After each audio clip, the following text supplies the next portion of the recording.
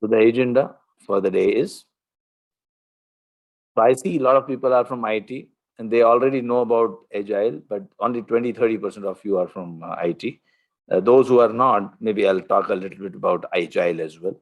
So last 20 minutes, I'll be devoting to Agile. The first 1 hour, I'll be devoting to predictive approach. Okay. And I'll tell you what is predictive approach, what is the Agile approach. So we'll talk about the basic definitions of project. And after that,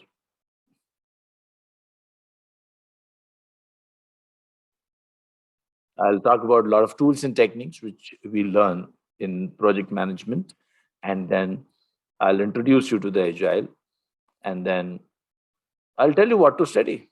And I'll give you the 3 tips. If you are interested in passing the PMP exam of PMI, then I'll tell you what you should study. So just to give you a little bit background or knowledge about myself, I'm a chemical engineer, MBA finance. I was used to work for 12 hours per day. The way I started my career, somehow it happened. It was not by design. It just happened. I would join a company which was in the erection stage. So I joined petrochemical companies. First, I joined one company which was in the erection stage. That was the Hardilia company, where I joined the company when the plant was being erected. So during erection, then commissioning, and once the project was commissioned, then after that, I would join the operations team. And after spending 1 year in operations, I'll go again to another company. So I joined another company where ethylene column was being erected. So that was my project to erect and commission an ethylene column. I completed that in 1 year. Then after that, I joined another company, Indorama Polymers, where polyethylene terephthalate plant, the whole plant was being commissioned, erection, commissioning, and full operations. So I've seen a lot of projects. In the first 10 years, I really, of course, by the way, I used to earn just $50 a month. And I'm also an amateur poet, means I also write poetry in Hindi and Urdu, by the way. And I was hardworking those days. I'm still hardworking, not hardly working. Okay. But around 2002 and 2008, I completed lots of certifications. And thanks to those certifications, that included PMP certifications, now, of course, I invested a lot of money in those certifications. And I went to those places. During those days, there was no online training. So I had to travel, to different places to get my certifications. After that, my life changed totally.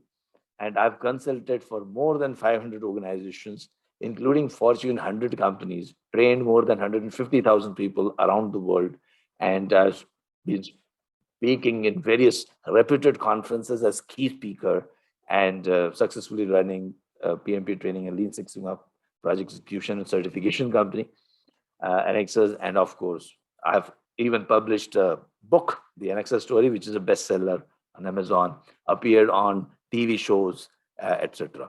And you also can achieve this and much more. Okay. As an organization, we are a PMI accredited organization. I'm so happy to tell you. Yesterday, I had a meeting with PMI, and they have a dashboards of all the accredited training providers. PMI is in US, and there are very few companies in the world, like us companies in the world, are accredited training partners, ATPs, and they evaluate our performance. Yesterday, they told us we are at 5 out of 5. We are 5 out of 5 consistently for the last 6 months.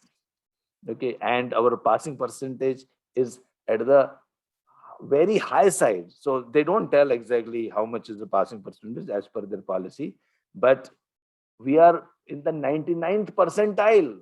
We are in the top 1% of all the institutes, accredited institutes. We are in the top 1% in terms of passing percentage of those people. So that is one good news. I just wanted to share you. Yesterday only they told.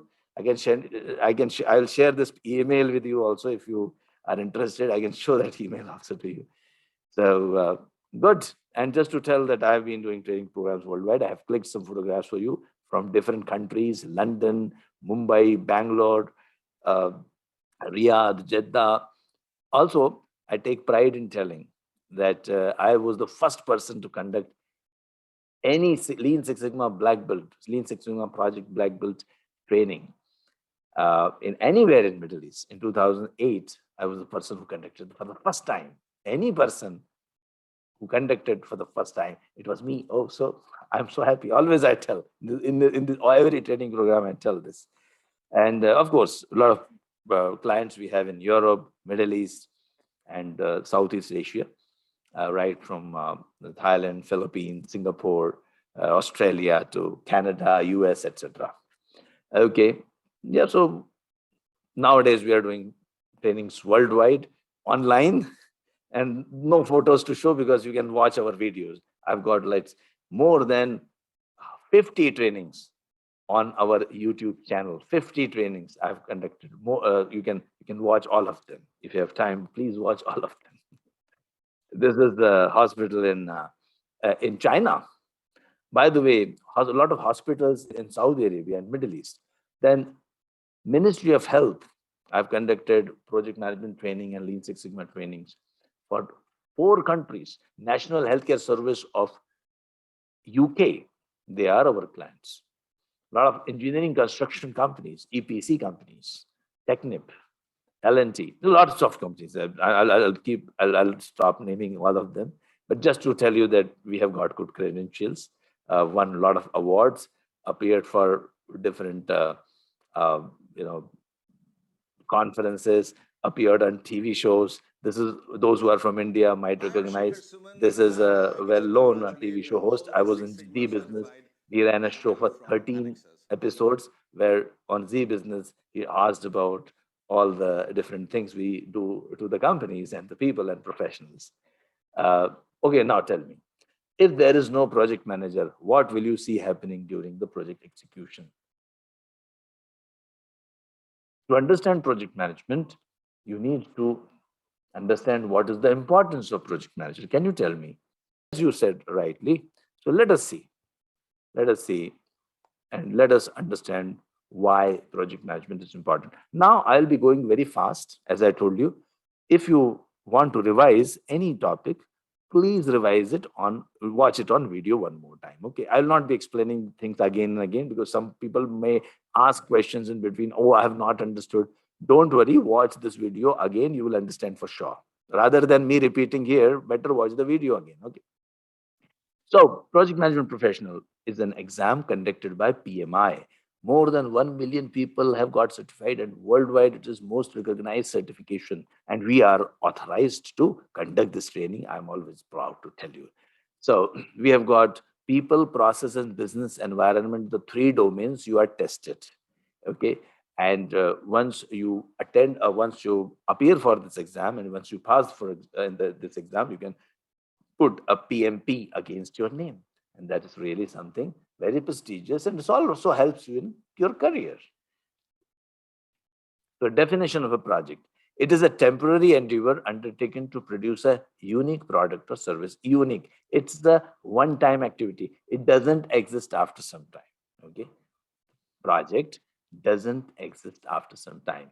So, project is a one-time activity. Remember, it has a starting point, it has an end point. It is dead after some time. Process is a repetitive activity. So there is a difference between process and a project.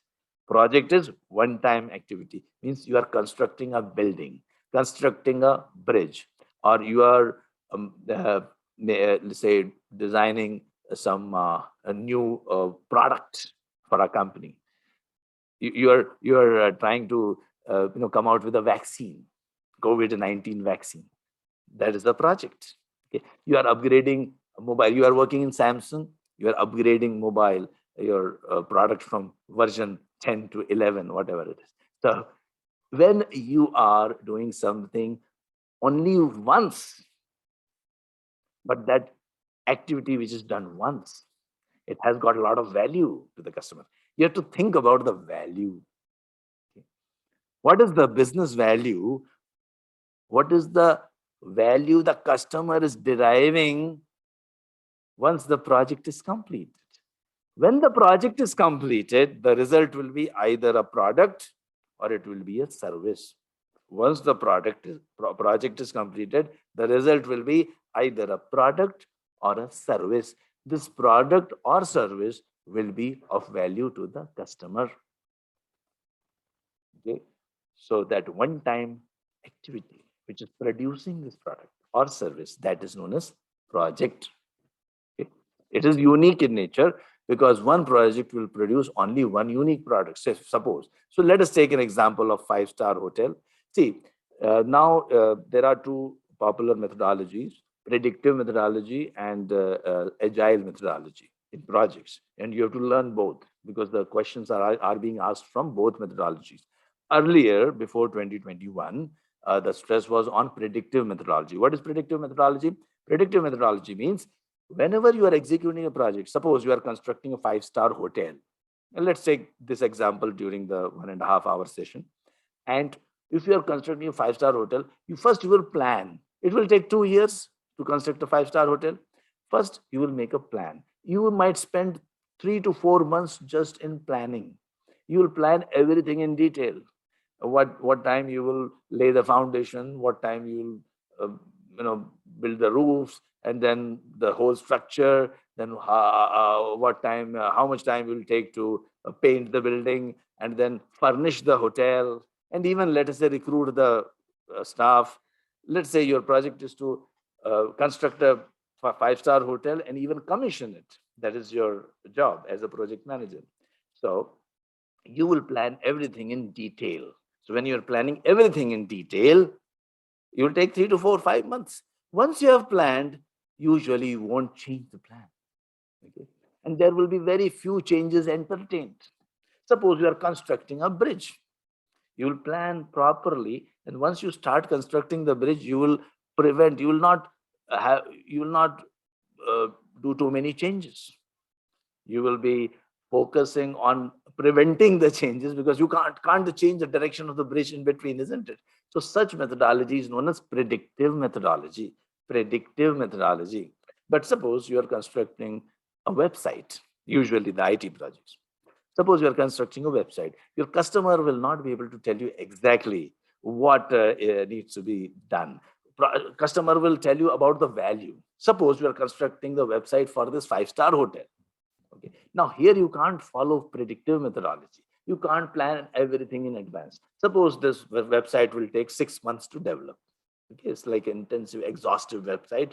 It will take 6 months to develop. You can't say that first 1 month I will plan and then I'll not make any changes. I will execute the plan like the five-star hotel. I can't do this in website project because customer will keep changing. Customer himself is not sure what he wants, how the website will look, what colors will be used, what types of features it will have. Customer is not sure about it, but customer is sure about the value. Customer knows the website should be able to log in my customers. It should be able to log in my staff. It should be able to allow payments by the customers. It should allow me to make a booking. It should allow me to post the pictures. It should allow the customers to my guests to post their pictures. Okay, so it should allow my guests to book a restaurant, the Italian restaurant, the Thai restaurant, which I'm going to have in my five-star hotel. It should allow the customers to do all these things. These are the values. The customer will not be able to tell you in detail what exactly, how it should, what features you should have in the website. No, but he knows the value. Here you can't follow predictive methodology. Here you will follow agile, another methodology. Okay, so we have two types of methodology: predictive and agile. So first, next 40 minutes, I'm going to talk about predictive methodology. In the last 20 minutes, I'm going to talk about agile methodology. Stay on for agile too. Agile is a little different. So first, the predictive. Let's talk about the predictive. Okay. So project is a temporary endeavor. Okay. Second, it is unique in nature. The product or the service which is delivered is unique in nature. Okay. That is one feature of project. The three constraints, very key three constraints, whenever you are executing a project or whenever you are taking a project, as a project manager, you have to remember three. These are iron triangle, like you can't change too much. Scope, cost, and time. So scope means features or functionalities. Like if I take an example of my five-star hotel, it should have 20 floors. It should have an Italian restaurant. These are the features. Okay. The paint of the building should be, say, a white color, whatever. So these are the features, the scope. What should be done? What should be delivered in my project? That is known as scope. Then comes the cost. The whole hotel, the whole construction should be done within X million dollars. Okay. And the time it should be completed within 2 years. So this we call it as iron triangle. This is very much clear. This is the constraint. So if you change anything, if you make some changes, if you are not able to deliver as per the scope, I'll say your quality is not good. If you're not able to deliver it within your budget, project quality suffers. So quality gets impacted. If you're delayed, then also quality suffers. So in this case, quality is also important. Now, if you add more constraints to this, even resources are limited. The equipment which you will be using, the cranes which you will be using, people you will be using. And if in IT projects, the number of people, number of skilled software programmers or testers you will be using, these are all resources. They are also limited. Then risk, you have to manage the risks. Every project is subjected to risk. You should be able to, be able to think about the risks. What can come, what can disrupt my project. You should take care of that. All these things collectively will help you to manage your projects in a better way. So resources, quality, and risk. And on top of it, everything included. Finally, the customer should be happy. So these are the 7 constraints: time, cost, scope, resources, quality, risk, and customer satisfaction. So as a project manager, you have to take care of all the 5 constraints. Now, how would you do that? Well, there are lots of things which you need to do. First, everything will be done in team. Okay, so you have to form the team, you have to found the ground rules, you have to, I won't go into uh, that module today. So I'll concentrate more on the technical parts and some of the things, some of the topics which people find it difficult. So I'm going to take the most difficult topics in project management training, and I will introduce you to those topics as much as possible. So generally, every project is going to deliver some value to the customer. It is a result of a strategic plan. See, every company has got a vision that by 2021, 2030, I'll be number one company. Like this company, for which we are making a five-star hotel, we will be number one five-star hotel chain in whole of Europe or whole world. Let us say that is their strategy. Because of that, to achieve that is their vision, and they have a strategy. They have a strategy in all the major cities of the world. I should have a five-star hotel. So this five-star hotel, which you are going to construct, is a result of a strategic planning of that hotel chain. So it can be project can be coming out of a market demand. It can be organizational need. Organization would like to say upgrade their system, Oracle system, so that implementation of Oracle system in an organization can be a project. Then it can be a customer request. Customer may say, please implement ISO 9000 in your company. That implementation of ISO 9000 is your project. Then customer say technological advance. Technology has advanced. Because of that, you need to come out with the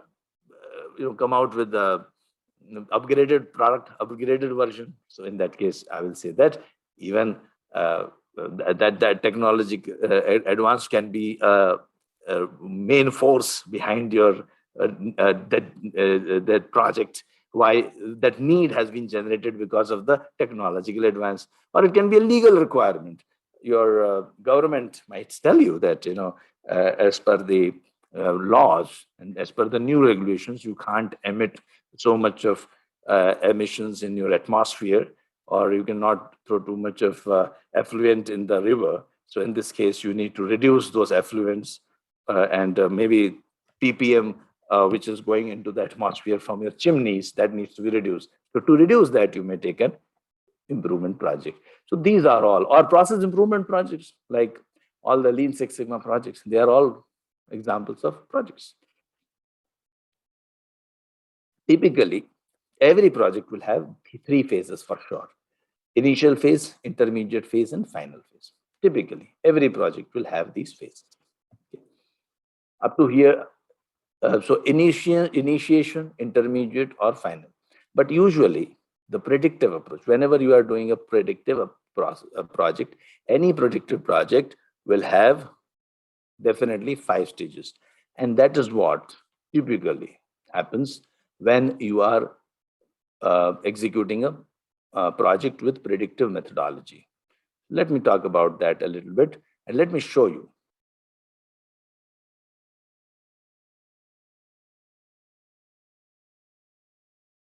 This actually, if you are interested, maybe I'll put it somewhere, or you can just click anyway, this video program is available. This whole video is available later on for you. So you can always make your notes a little later also. But definitely, I would like you to remember this particular thing and this particular sheet, which I'm just going to show you. And this is about the process groups.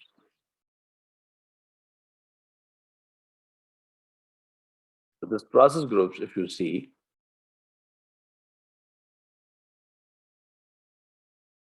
yeah. So this has all the processes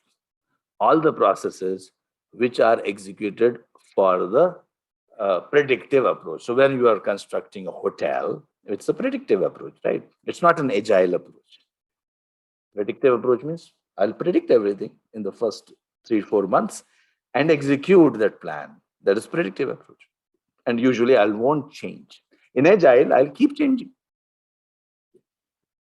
So I will first develop a charter. So here, initiation process. So there are five stages, I would say. Initiation, planning. Initiation means I initiate, I kick off the project. Hey, we are starting a project. We will meet together. They will have a kickoff meeting, and a project charter will be created. And when the project charter is created, it is a way of accepting legally. It's an agreement. It's a contract that yes, project manager is assigned. Now the project starts. Okay, that's like the ribbon cutting ceremony, or sometimes that initiation ceremony that they call it foundation stone ceremony. All these things. So here, initiation means I've got a the project has just started. Here I will identify the stakeholders. Who are the important stakeholders? We'll talk about stakeholders. Then I will plan in the next 2 to 3 months, 4 or 5 months in the hotel project. I will plan what will be the scope. Now, right now in the initial stages, I will not know the detailed scope. I will not know what type of furniture I'll be using while furnishing the hotel rooms, what type of furniture I'll be using in the Italian restaurant, what type of design I'll have in my reception area, what type of tiles I'll be using in the reception area. All these things are not clear in the initial stages. Then in the scope, as you develop your scope means develop the details. What are the requirements of the customers? You will collect these requirements from the customer. We call it as, we will be planning for the scope and define our scope. So what we are doing here is we are defining the scope. After that, we will break down the whole work, whatever. Once we define all our scope, we will break down the whole work into work breakdown structure.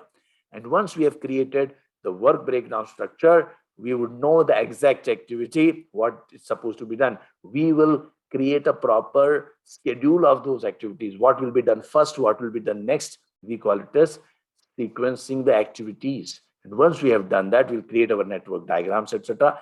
Then simultaneously, we will also plan for the cost, the budget, how much money I will have to spend in all those activities. Then I will also plan for quality, what type of quality tools I'll be using as I execute my projects. Then I'll plan for how many people I will need, how much equipment I will need. Then I'll plan for communications, what type of communications, what type of meetings, what type of reports I'll be generating during the execution next 2 to 3 years. Then I will plan for the risks, what kind of risks can disrupt my project. I'll foresee, I will imagine, and I'll take actions. Okay, some of the risks might be more likely to occur, some of the risks are less likely to occur. What kind of actions you'll be taking? You'll be planning for the risks. Then you'll have to buy a lot of material. You have to buy cement. You have to buy so much of say raw material. Yeah, get contract workers. All these people.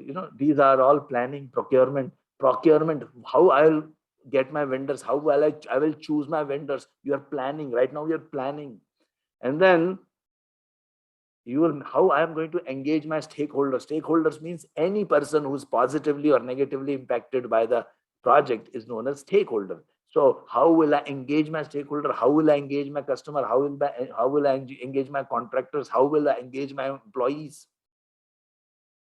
This is how I'll plan. Once I plan, in the next stage, I will execute my plan over the next 1 year or so. I'll execute my plan.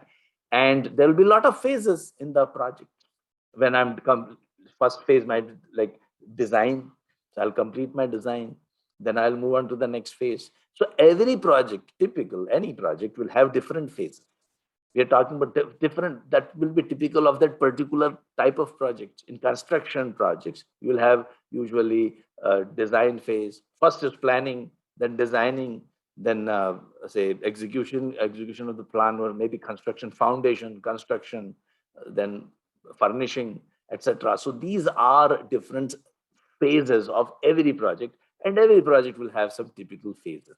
So every phase will be initiated and every phase will be closed. So execution and monitoring of the processes, whatever you have planned, and finally closing the project or closing the phase.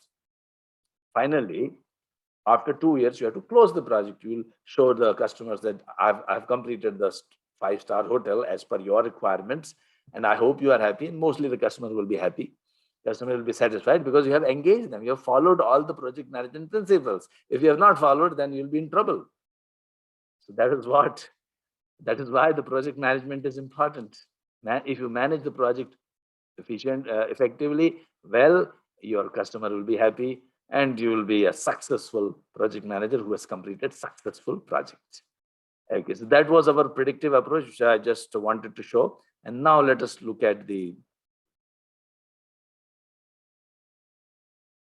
some more tools in details, very, very specific tools as we execute the project. Typically, when you are executing a project, the influence of stakeholders in the initial stages for a predictive approach will be high. And as the project time progresses, the influence of the stakeholders will reduce. And cost of changes will, as the time progresses, it will increase.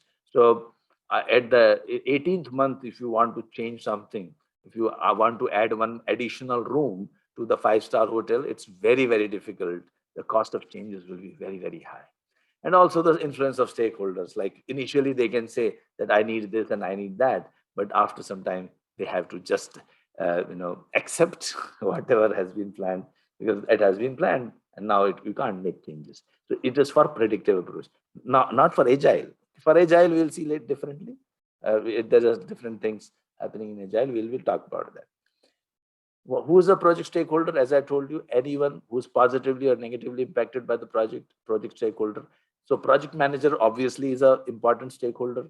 Then we have got customer and user, for whom you are doing the project. He's an important stakeholder. Then we have got performing organization, means let us say collectively, all of us. So there are around 140 people here. All 140 people are performing organizations. Yeah, let us say we are all performing organizations. We are doing a project. We are executing this project, right? And you are the project team members. So organization is performing organization, which is executing this project, and project team members are all of us. And project management teams, some of us are project managers who are managing the projects. Let's say all of us are project management teams, and then but other team members would be even the construction workers and our contractors and suppliers. All these people will comprise the project team members. Sponsor. The sponsor is the person who's giving us, who is responsible for giving the or sponsoring, like giving the money. Okay, who is sponsoring the whole project. It can be a consortium, it can be a company, it can be a group of people, it can be an individual, whoever.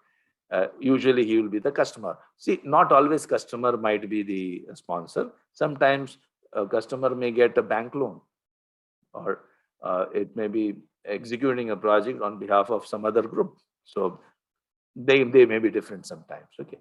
So sponsor, the person or group that provides the financial resources. Influencers are the people who may positively or negatively impact the project. Like people, if you are displacing some people from the area where you're constructing a five-star hotel, then they are also influencers. A tourism minister of your of your country or your state might be an influencer. So these are all influencers. PMO is a project management organization, it's the back office of the for the project manager and project management team. So if you have got a PMO means a back office which will keep all the documents, which will keep track of all the team members where they are working, and it will also have all the repository of the past projects, the lessons learned of the past projects, etc. So all these things will be stored with the project management organization. So if you have, not every organization will have, but if you have a PMO, then you can always, that also becomes your project stakeholder. So these are all stakeholders. And the process groups which you saw: initiation, planning, execution, monitoring, and closing. So initiation generally takes in the initial stages for 1 to 2, 3 months. It completes after 1 or 2, 3 months in case of my project, five-star hotel project. And you'll see the planning will be maximum somewhere in the first 25% of the duration of the project. And then after that, it doesn't mean you'll stop planning, but the planning time spent or effort on planning will keep on reducing as the project goes towards completion. And naturally, execution and project will peak somewhere in the middle, and then it will taper down along with the monitoring. Monitoring and controlling is almost throughout the project. Even during designing stage, even during planning stage, you are still monitoring and controlling the project. So typically a project charter, this is a project charter. Project title is Information Technology Upgrade Project. Project start date is March 4. Project finish date is December 4, 1999. Project manager is this. Project objectives is mentioned. So I'm not going to give the details. I'm just showing you an example of a project charter. So project charter generally mentions the project objectives, project manager, budget, and if you have a certain approach, if you're suggesting certain approach, that approach, suggested approach, is also mentioned in the project charter. For example, five-star hotel, you can think of a five-star hotel. So here also I can think of a project title, project start date, finish date, project manager, objectives, budget, and approach. So typically these are the components of the project charter. Once I have got the project charter, I will develop the scope statement. Scope statement means I'll go to the customers, I'll go to the experts, I'll ask the experts who are the consultants. Maybe many times the customer may not be able to tell me exactly what should be the scope of the work. So I'll ask the experts who have completed. I'll use Delphi technique. Delphi technique means I have got different experts located in different countries, maybe different cities, one in New York, one in London, one in Dubai, one in Tokyo, and one in Sydney. And all these experts, I see them, they have been involved in lots of five-star hotel constructions during their last 30, 40 years. They're old people with white beard like me, and they are they have got, like, I have also got 30 years of experience, by the way. So the people like these, they keep giving suggestions and consults the organization. So you are taking their suggestions. Delphi technique means you ask these experts, saying that you're part of Delphi technique. I am constructing a five-star hotel. What is your opinion? What are the things I should include? So I will give my opinion, someone else will give some other opinion. People will give all their opinions. You'll compile their opinions, then send the compiled opinions to all four of them, saying this is what others have told. Would you like to make some changes? So based on that, all experts will make changes, and after that they will send it to you again. You compile. After some time, they'll reach at a consensus that as per your requirements, these should be your features. So you can use a lot of techniques. I just named one, Delphi technique. You can have expert opinions. You can have opinions of sponsors. You can have look into the literature. You can look at publications. You can look at industry association. You can look at lessons learned, past projects. So many five-star hotel projects have been executed by maybe your company, your project management organization. Think of, so you get all these things. And then finally, once you get the project, I'm not going to talk in details about this charter. So and scope statement, but you give all the scope statement. Scope statement is a very, very detailed document. It has all the things what needs to be done in the project. Once that is done, I will break down the whole project into smaller components. We call it work breakdown structure, and I'll keep on breaking it down till the time I get something called as work package of work, where I can fairly accurately assign a budget and time to that particular package of work. We call it work package. Work package will contain a lot of activities. What needs to be done? Okay. Like five-star hotel project, this is an example of work breakdown structure, work WBS. Then comes your in work breakdown structure, you'll have cost of accounts. Cost of accounts like 1, then 1.1, 1.1.1, 1.1.2. These are known as cost of accounts. I can assign proper budget to those work packages. Cost of accounts. Work packages is the deliverable at the lowest level of the work breakdown structure. And the WBS dictionary contains what is included in that work package, what needs to be done in that work. Once I have got down my activities, so each work package will have a set of activities, and these activities now need to be sequenced. So nowadays all softwares are available. I'm doing manually. You don't have to learn any software as part of to become a PMP. You don't have to learn any software. Although in most of projects we use softwares naturally. So, but the good news is you don't have to learn any software. They'll not test you in any software. So in project management exam, you're not supposed to learn anything. But in general, I'm telling you that all the companies, they use software. But while learning, we'll do all manual calculations, right? So we have now sequenced our activities. So these are the activities, let's say 1, 2, 3, 4, 5, 6 activities. So here, just to take an example, A needs to be completed before you can start B. B needs to be completed before you can start C. A and D can be done simultaneously. So I have put it in this format. And this is known as network diagram. So you create a network diagram. Okay. So let us do a network diagramming.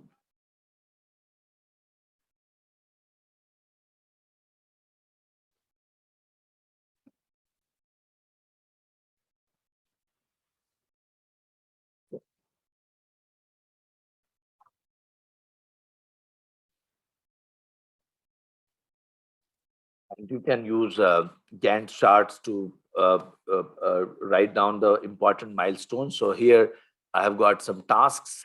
These are tasks, subtasks. The milestones is something where you tell that this particular activity will be completed by these times. So milestone charts and network diagram can be done. These are known as Gantt charts. Gantt charts means you have got a task, and then you have got subtasks. So tasks are indicated with a bar with appropriate duration, which indicates the duration. Length of the chart, length of the bar indicates the duration, and the other bars, their respective positions with respect to other subtasks tells what is the relative position. Means I can say that this particular work package needs to be completed before I can start work package 3. So relative sequencing is also visible, and sometimes I can put the responsible person's name also against that bar chart, which is known as Gantt chart.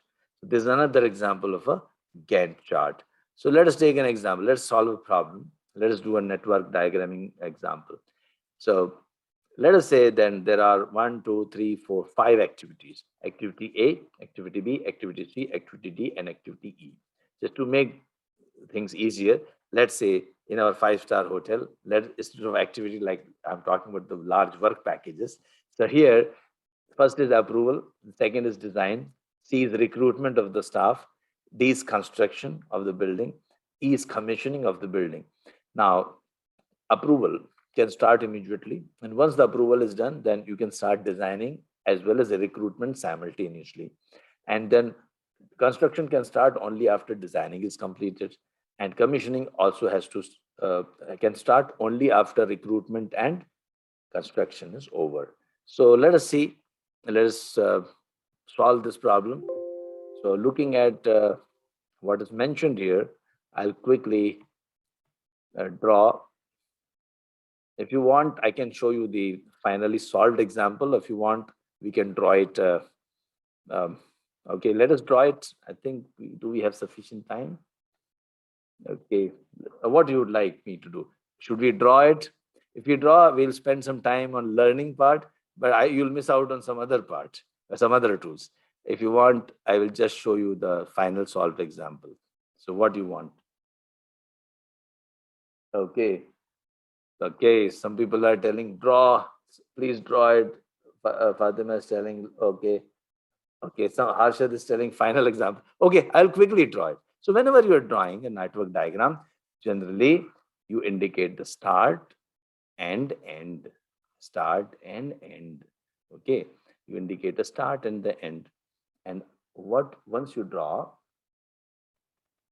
the first activity is approval. Activity A. Activity A is approval. Then you can start designing after you get the approval. So activity B is designing. You can start the recruitment also. Activity A is approval, B is designing, C is recruitment, and D is construction. Okay, and B can start after A is completed and has estimated duration also I can mention. Activity A has got 3 months, activity B is also 3 months. Let me mention that. Activity A is 3 months, activity B is 3 months. Activity C is recruitment. Designing and recruitment can be done simultaneously. Then after designing, I have to do construction. That is D. Let us see how much is the duration. The duration is C is 6 months and D is 8 months. Okay, 6 and 8. Let me remember. 6 months and this is 8 months. Okay. After that, what happens? After that, we have after that, E, commissioning can start only after C is completed and after D. Both C and D should be completed. Okay, so then commissioning has to be here somewhere. So maybe I'll have to do a little change here. I will have to put this end a little bit shift. Okay, so here I have got activity E. Okay, activity E. And then we have an end. Okay. Fine. You are with me? And what was the duration of activity? Do you remember?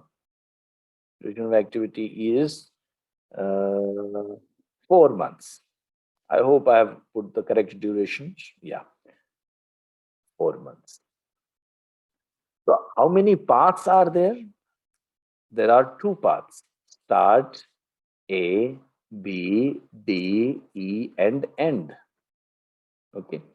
And another path is start, A, C, E, and end. Okay. Now tell me, what is the duration of these paths? Can you please calculate?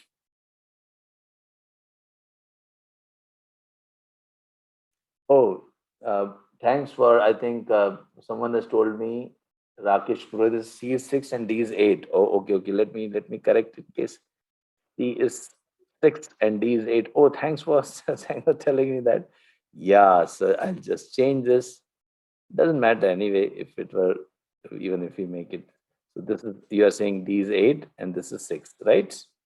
Am I right? Yeah. Thanks, Rajesh. Okay. That means you are alert. Oh, I was just checking whether you're sleeping or not. Okay. So whenever I commit a mistake, I'll tell like that. Yeah. So here, 3 plus 3 plus 8 plus 4. Now tell me, what is the duration? 3 plus 6 plus 4. So here it is 13 and here it is 18. Okay. So which is the highest path? The highest path, we call it as critical path. So this is the highest. This is the critical path. Okay.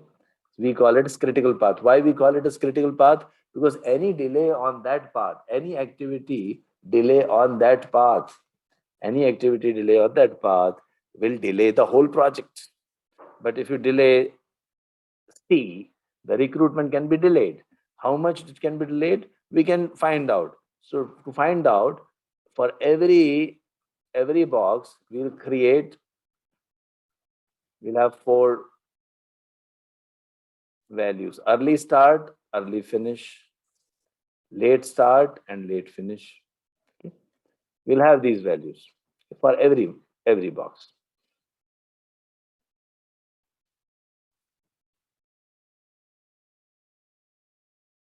Okay. Early start, early finish, late start, late finish. So let me start putting in these values. So when you are doing early start, early finish, early start, early finish, I go from left to right. We call it forward pass. Left to right. Earliest I can start A at what time? I can start at 0, say months, right? And then I can finish, earliest I can finish A in, you can write down the answers. Yeah, 3 months. Earliest I can start B at what time? 3. Earliest I can start C at what time? Yes, 3. Earliest finish of B can be 6. Earliest start of D can be 6. Earliest finish of D can be 6 plus 8 is how much? 14. Similarly, earliest finish of C can be 9. I hope you are with me. Okay. Then, now tell me, early start of E would be where?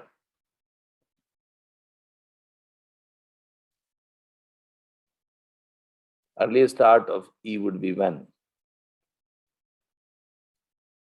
14 or 9? Some people are telling 9, some people are telling 14. But remember, I can't start E unless D and C both are completed.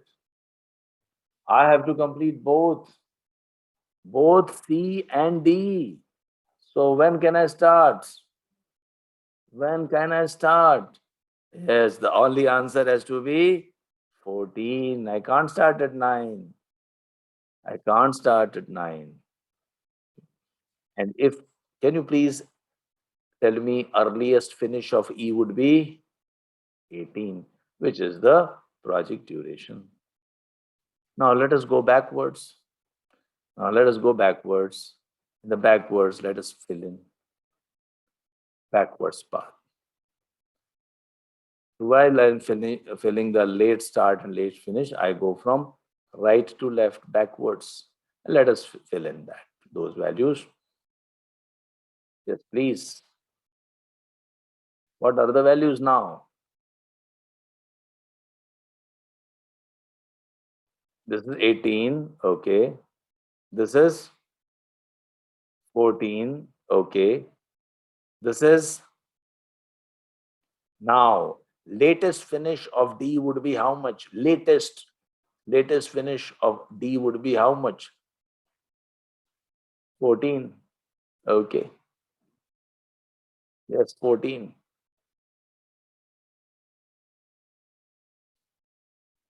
Latest finish of C would be how much? Tell me. Now here is the trick always. Please be careful when You have got two. When you have got two of the two arrows either coming to a box or two arrows going out of the box, you have to be a little careful. You have to apply a little bit of mind there. So here, C, latest I can finish by when? Latest I can finish by when? C, latest I can finish by when? 9, latest. I can delay C, right?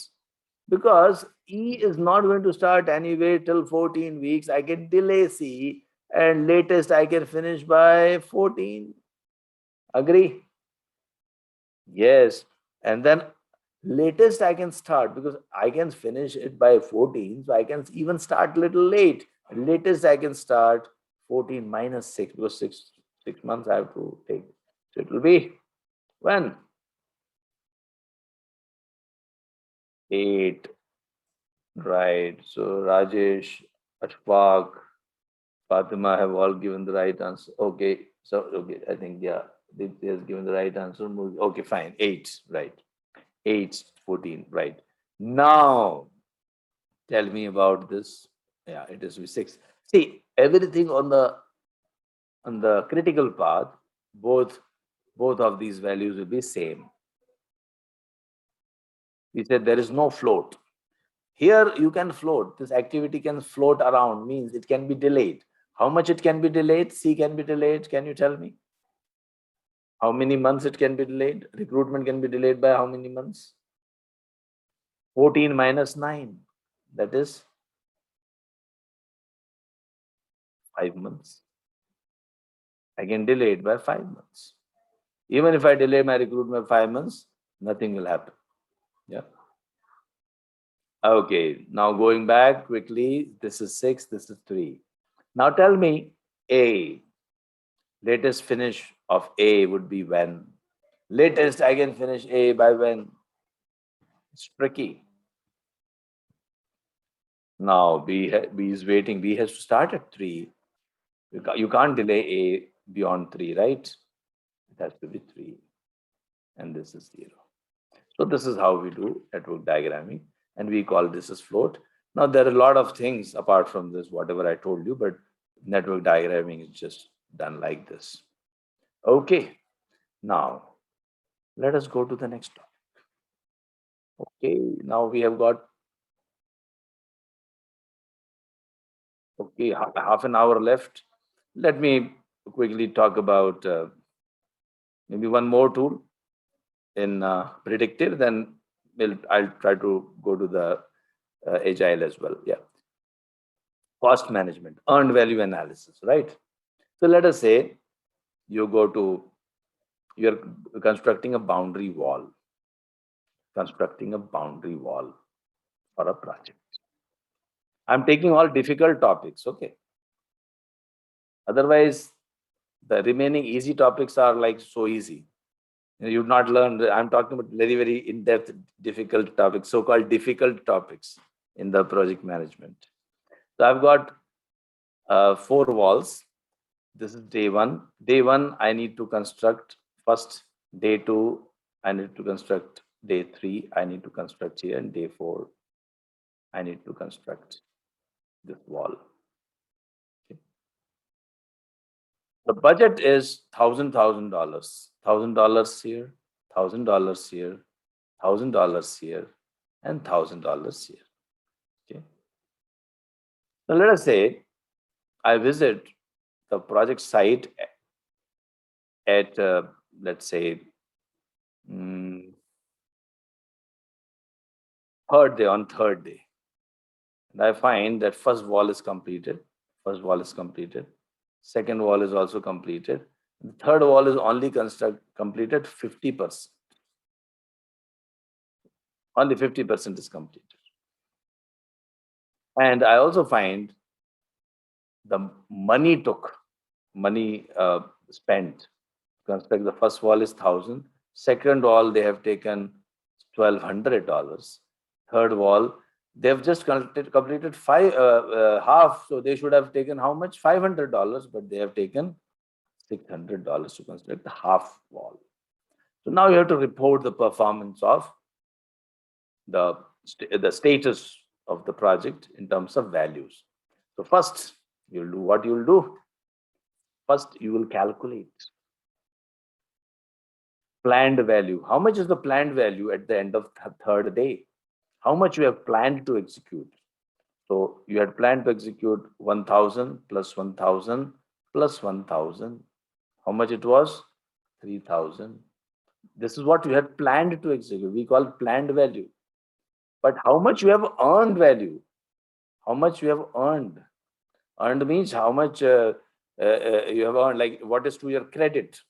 How much money the customer will give it for you, give it to you for this. 1,000, because you have completed the first day. This also you have completed 1,000. And this you have completed only half. So customer is willing to pay you, or you have earned how much value? 2,500. And how much is the actual cost? Actual cost is how much? Actual cost is 1,000 plus 1,200 plus 600. So this is 20. So this is your planned value, earned value, and actual cost. Okay? Planned value, earned value, and actual cost. Now I want to report my performance in terms of say schedule. So first of all, are you on schedule or behind schedule? Schedule variance I can report as earned value minus planned value. Means how much I have earned? 2,500, but how much was planned? 3,000. So I'm behind $500 worth of work. I'm behind $500 worth of work. I'm behind schedule. And my schedule performance index is EV divided by PV, means I should have completed actually 3,000. Planned value was 3,000 and I should have completed 3,000. Then in that case, I would have been 1. Performance index would have been 1 or 100%. But I did not complete 3,000. I only completed, oh, I'm so sorry, I completed only 2,500. So my schedule performance index is definitely not 1. It is point, how much it is? Can you tell me? I think 0.83, 83%. So I am only completing 83% of my work.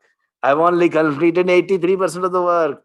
And if I go on like this, then I will not be able to complete in 4 days. I'll be able to complete in 4 divided by 0.83, whatever is the number of days. Now let's look at the CV, cost variance. Am I as per the budget? Am I as per the budget? Obviously not. So what is the cost variance? The cost variance is EV minus AC, means how much you have earned? 2,500 minus actual cost is this. How much is it? Minus 300. You are over budget by $300. You are over budget by $300. You know, how is your cost performance index? How are you performing in terms of your budget performance? I will say, oh, you spent how much?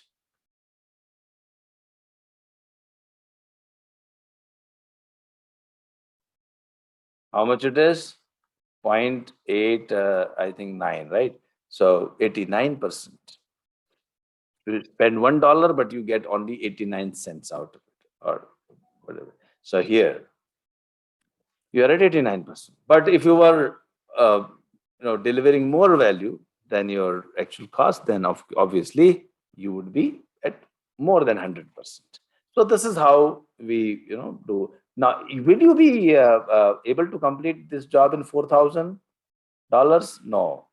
Actual cost you will need will be 0.89 and whatever is that. I think 4,000 something, 300 something, whatever it is. Yeah, I'm not calculating, but so that number will be the actual cost of your total construction of the boundary wall. So this is how earned value analysis is done.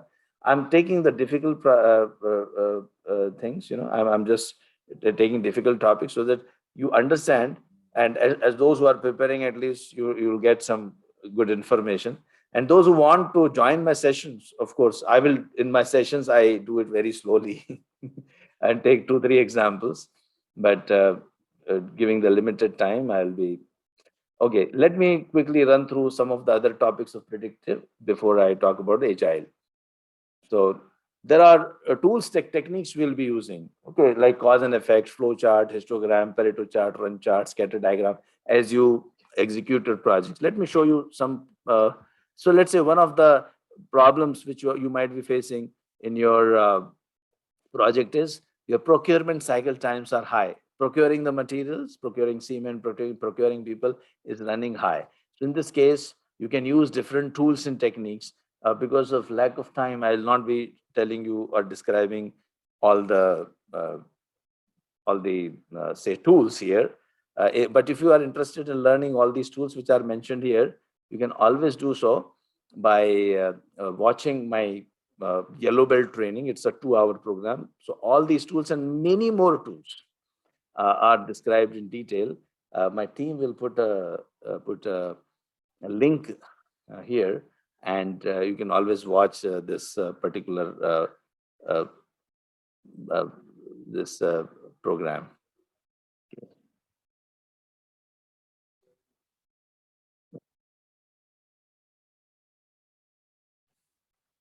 Okay, I think it's taking time to open.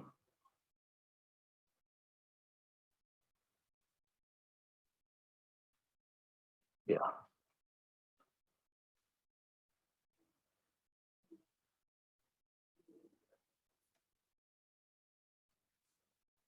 Let us say if I am trying to reduce the recruitment. Okay, recruitment of the uh, people or employees is taking more time. Let me take that example.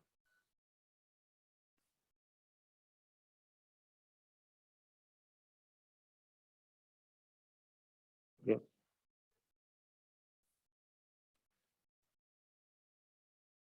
So if you are taking more time to recruit people, so you can always collect the data. You will learn those techniques in our trainings, but I'll briefly talk about it. So all the processes, they follow normal distribution. More if you want to learn about that, you watch my yellow belt training. My team will put a yellow belt training link here. I think I request my team to please put the yellow belt training link here so they can watch that. Yeah. So I'll quickly run through the the details.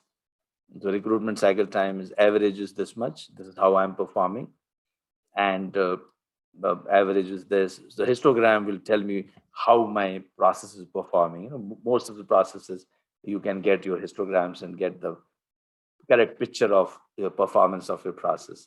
Then you can also make something called as control charts. Uh, I'll request you to watch my another program that is given. I think my team has put it, yellow belt training.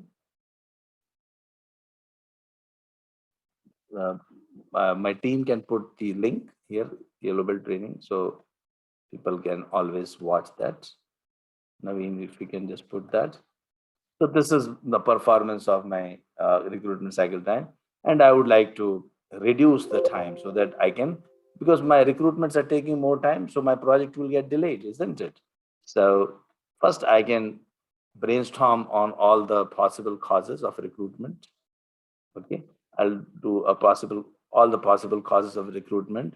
We can use cause and effect diagram, man, machine, material, method. Uh, anyway, I'm not going to go into the details of that tool, but I will just show you. So I'll brainstorm. I'll invite people and ask, okay, tell me why our recruitments are getting delayed. As a project manager, you will hold a meeting and people will tell, okay, this is because of these so many causes. Here you can't work on all these causes. You'll prioritize them. We use 80-20 rule, Pareto's principle, 80-20 rule.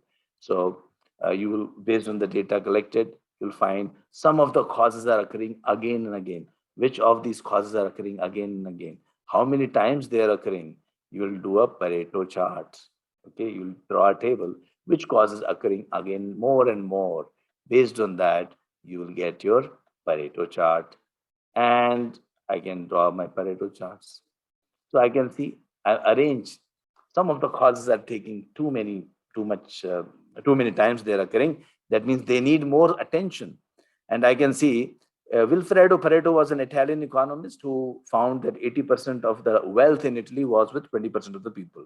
He called it 80-20 rule, vital few, trivial many.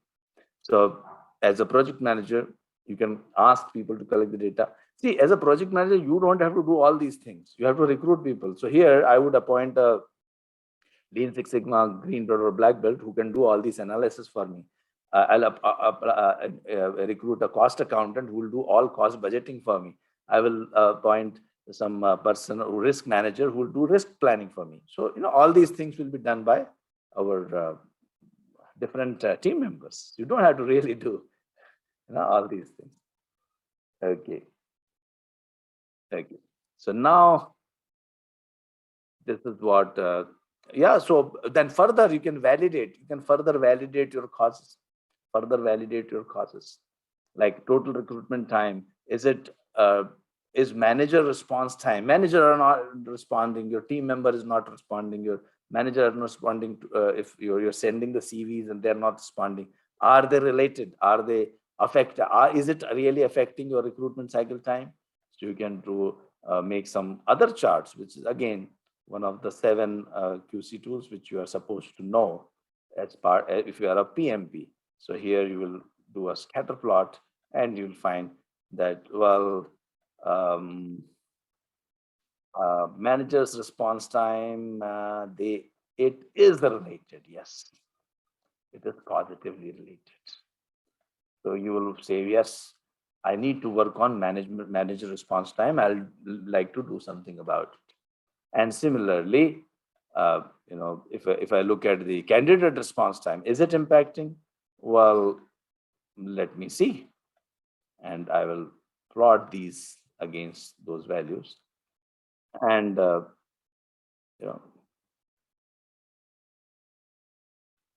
maybe the candidate response time is not really affecting that much because there's no relation. It's called scattered. So all this analysis can be easily done. Okay, now this was all about, I just talked about some of the tools of predictive approach. Okay, while you are working in team undergoes different stages: forming, storming, norming, performing, and adjourning. So you have to keep track of it. Forming means you form the team, but team is not working on the objectives or thinking about the objectives. They're thinking about why other people are there on the team, etc. And then storming happens a little bit. And then after you spend a little time with the team and manage the team effectively, then norming takes place, and then the team is ready to perform. So how to achieve this, a project manager is taught. We also teach you emotional intelligence. This is one of the my favorite topic.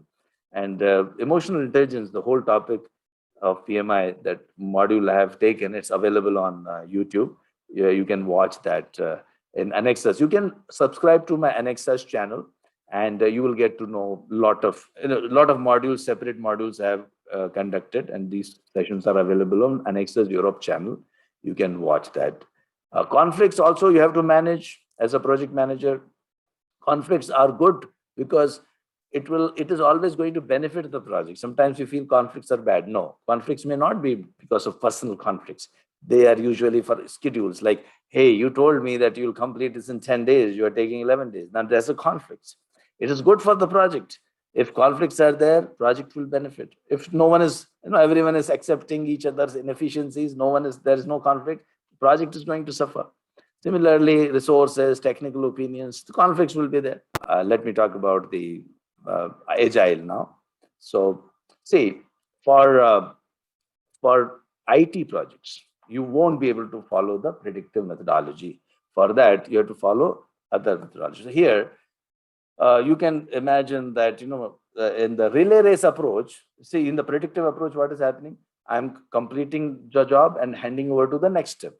Yeah, so I'm designing, then I give to construction. The construction is completing, then giving to the furnishing completing, then giving to recruitment. So it's like a step by step. It's a relay race. But here in Agile, it's a rugby approach. Okay, relay race, you are handing over the baton to each other. In the rugby approach, what happens? The team together, it has a formation. It forms that rugby formation is known as scrum. So that is why it is known as scrum. In Agile, we also known as scrum. Scrum means a team together identified one objective and then finishes that objective together, then moves on to another objective. Okay. So here, like a team in rugby, they are moving together and finally putting the ball in the goal. Similarly, in Scrum, the whole team works towards some deliverables, completes the deliverable, and they work in some time boxes. Usually it is 2 weeks. Okay. So 2 weeks time boxes. Okay. So the agile process that allows us to focus on delivering the highest business value in the shortest possible time. Okay. So whatever the customer wants, we create those requirements. In agile, we call it as product backlog. Whatever the customer wants, like we pile up this work and the customer keep giving the requirements. We call it as backlog. Backlog means this work needs to be done. So, and then how it is done, let me talk about that. They're all self-organizing team. Typically they work in sprints. These time boxes are sprints, typically 2 weeks, but generally it can be 1 week also, sometimes 4 weeks also, 1, 2, 3, 4. But usually they are the most popular time box or sprint is of duration 2 weeks. So what we are doing in 2 weeks together, the team will perform a particular work. Now they call these stories, right? Whatever the requirements of the customers are, they convert into stories. So customer requirements are backlogs. The backlogs, the work is pulled as a story. Story means it has a format of the statement. As a user, I want to complete this job so that I get some value out of it. So I'll give an example of a story in a short while.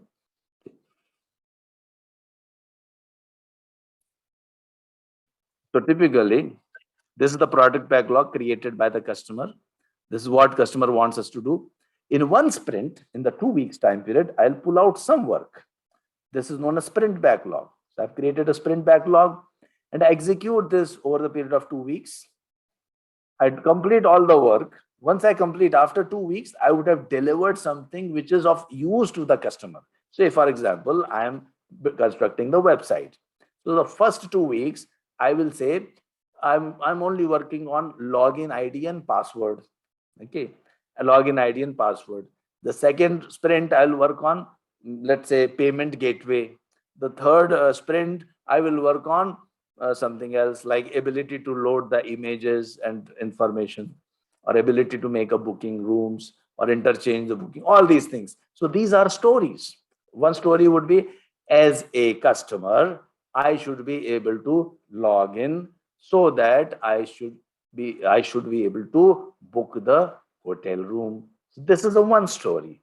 Now this one story is treated as a work, and this will be executed by the team. Let's say 5 to 6 people are there in the team. Scrum has got 5 to 6 people. All 6 people will work towards this, and then they will execute this job. Okay. So this is typical durations 2 to 4 weeks, and product is designed, coded, and tested during the sprint. So finally, after 2 weeks, you will get something of work which you customer can start using. In hotel, you can't start using the hotel till the 2 years, but here the customer can start using the features after even 2 weeks. Okay. So here the roles are: you have product owner. Product owner is the person who's a representative of the customer. Now in predictive hotel project, the customer may be sitting somewhere in another city. He may not be accessible. He'll not meet you every time. He will not be accessible to you on phone call also. But in Scrum, in Agile, what happens when you are working as Agile approach, the customer will appoint one person who is a representative of the customer. He is known as product owner. Product owner will be constantly interacting with the team. He may be on a phone call away. He can be sitting in the place where the project is being executed, and he will be constantly interacting. So that's the main difference in Agile. Scrum Master. Here, the Scrum, there is no project manager. We call it Scrum Master. Scrum Master is more like a servant leader. Servant leader means he is trying to remove the impediments. He's trying to ensure that every team member is working, because all team members are experts here. So he's more like supportive role. Yeah, unlike in project manager, he's more directive in predictive approach. Here, the Scrum Master is in the more supportive or facilitator kind of role. Okay, so here he will ensure everyone has got the schedules, everyone got the sprint backlog is created, etc. So he's basically facilitating the whole stuff. And then ceremonies are sprint planning, sprint review. I'll talk about them. So let's talk about product owner. Product owner, I already talked. He's the I talked about this. He's the representative of the customer. Then you have got the Scrum Master. Scrum Master is the persons who's representing the management. Okay, he ensures the team is fully functional and productive, and he enables close cooperation across all roles and functions, and shields the team from external interferences. The team is typically 5 to 9 people. It is cross-functional: programmers, testers, user experience designers, etc. And generally, it is self-organizing. Sometimes they interchange their roles. They're cross-skilled. Okay, sometimes you are a tester, sometimes you become a programmer, sometimes you become a user experience designer. They keep interchanging the roles. They pull the work. They use Kanban techniques. There is no time to talk about all these. They use Kanban techniques. Then sprint planning. Every sprint you plan, in this sprint, what I'm going to execute. So this is an example of a story. As a vacation planner, I want to see photos of the hotel so that I can choose my hotel. Okay. So this is a sprint. I plan for the stories. After that, I go to daily scrum. Daily scrum means it's a meeting of daily meeting, stand-up meeting. We also call it stand-up meeting. Daily 15 minutes, a stand-up meeting takes place. Whole world is invited. Only team members, scrum master, and product owner can talk. And three things are discussed. What did you do yesterday? What will you do today? And is anything in your way? It is not a status meeting for the scrum master. It is basically a team meeting to organize their work efficiently. And then they decide what type of work they're going to do during the day. And then finally, you have a sprint review. How did it go? Have we achieved what we wanted to achieve? It's a 2-hour meeting without any much slides. It's generally a meeting, reviewing whatever work has been done, especially with in front of the product owner. And then you have retrospective. Once the sprint output is delivered to the customer, then you sit back and relax, like a postmortem. What went well? What did not go well? What we should do continue? What was like? Why? What I should do in the next sprint also? So you are learning from your experience, past experience. That's known as sprint retrospective. Like in predictive, you have lessons learned. Okay. So here you will dwell on what you should start doing, what you should stop doing, and what you should continue doing. So this was just briefly, and there are artifacts of our Scrum in Agile methodology: product backlog, sprint backlog, and burn down charts. Product backlog means all the work given by the customer. So as I told you, customer will keep on adding backlog and reducing backlog. As you add up, the backlog will increase. But as you start completing the work, backlog will reduce. So as the backlog reduces, if I plot a chart, it will look like a burn down chart, right? It will look like a burn down chart. This is known as sprint burn down chart. So as I proceed in terms of time, the backlog, the work which is still remaining, will be first. Initially, it may increase because you are working, but the customer is also adding some work. But after some time, it will start reducing, and finally, it will go to zero when you will complete your project. So this was on short. And by the way, you can, this is not that only 6-7 people can work in Scrum. You can have multiple Scrums. So we call it, you can scale it up. We call it Scrum of Scrum. Anyway, in short time, I just try to tell you as much as possible, as many. Yeah, so you have earned 2 PDUs for this session, and you can claim the code, which can be obtained from your admin team and can be sent to you by email. The registration is open, and PMI, the US rates our services very high. I'll show you our credentials, the ratings which there. Our people have given, our participants give ratings to PMI. So for that, you will, all our instructors are PMI approved. I am one of the instructors. You'll be joining my training. I'll be conducting the training for you if you join. By the way, there are a lot of benefits of becoming PMP.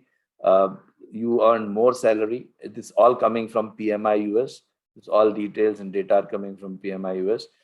You want more information, you can see these slides a little later. I'm just putting up. Later on, video will be available. Here is my PMI official seal. By the way, I'm a PMI official instructor approved by PMI US, and they have also rated me very high. All people, thanks to you, thank to people like you who rate us. Yeah, so it's all based on the ratings. For every training, after every training, you have to rate to PMI US, and you will enjoy our training. Let me assure you, and you will be. We are a accredited training partner, as I told you. Also, we are accredited training partner of IASSC. So now, what are the 3 tips? Now, let me give you the 3 tips. The 3 tips are: first, study the PMI developed and approved content around 600 PP slides, which I will be giving to you. Solve the cloned questions of PMI, which I will be giving it to you, and write our 2 mock exams, which I will be giving it to you. If you just do 3 things, just do 3 things, and I'll be taking you through all the training, all this material in my training programs. So study the PMI developed. Don't study too many books.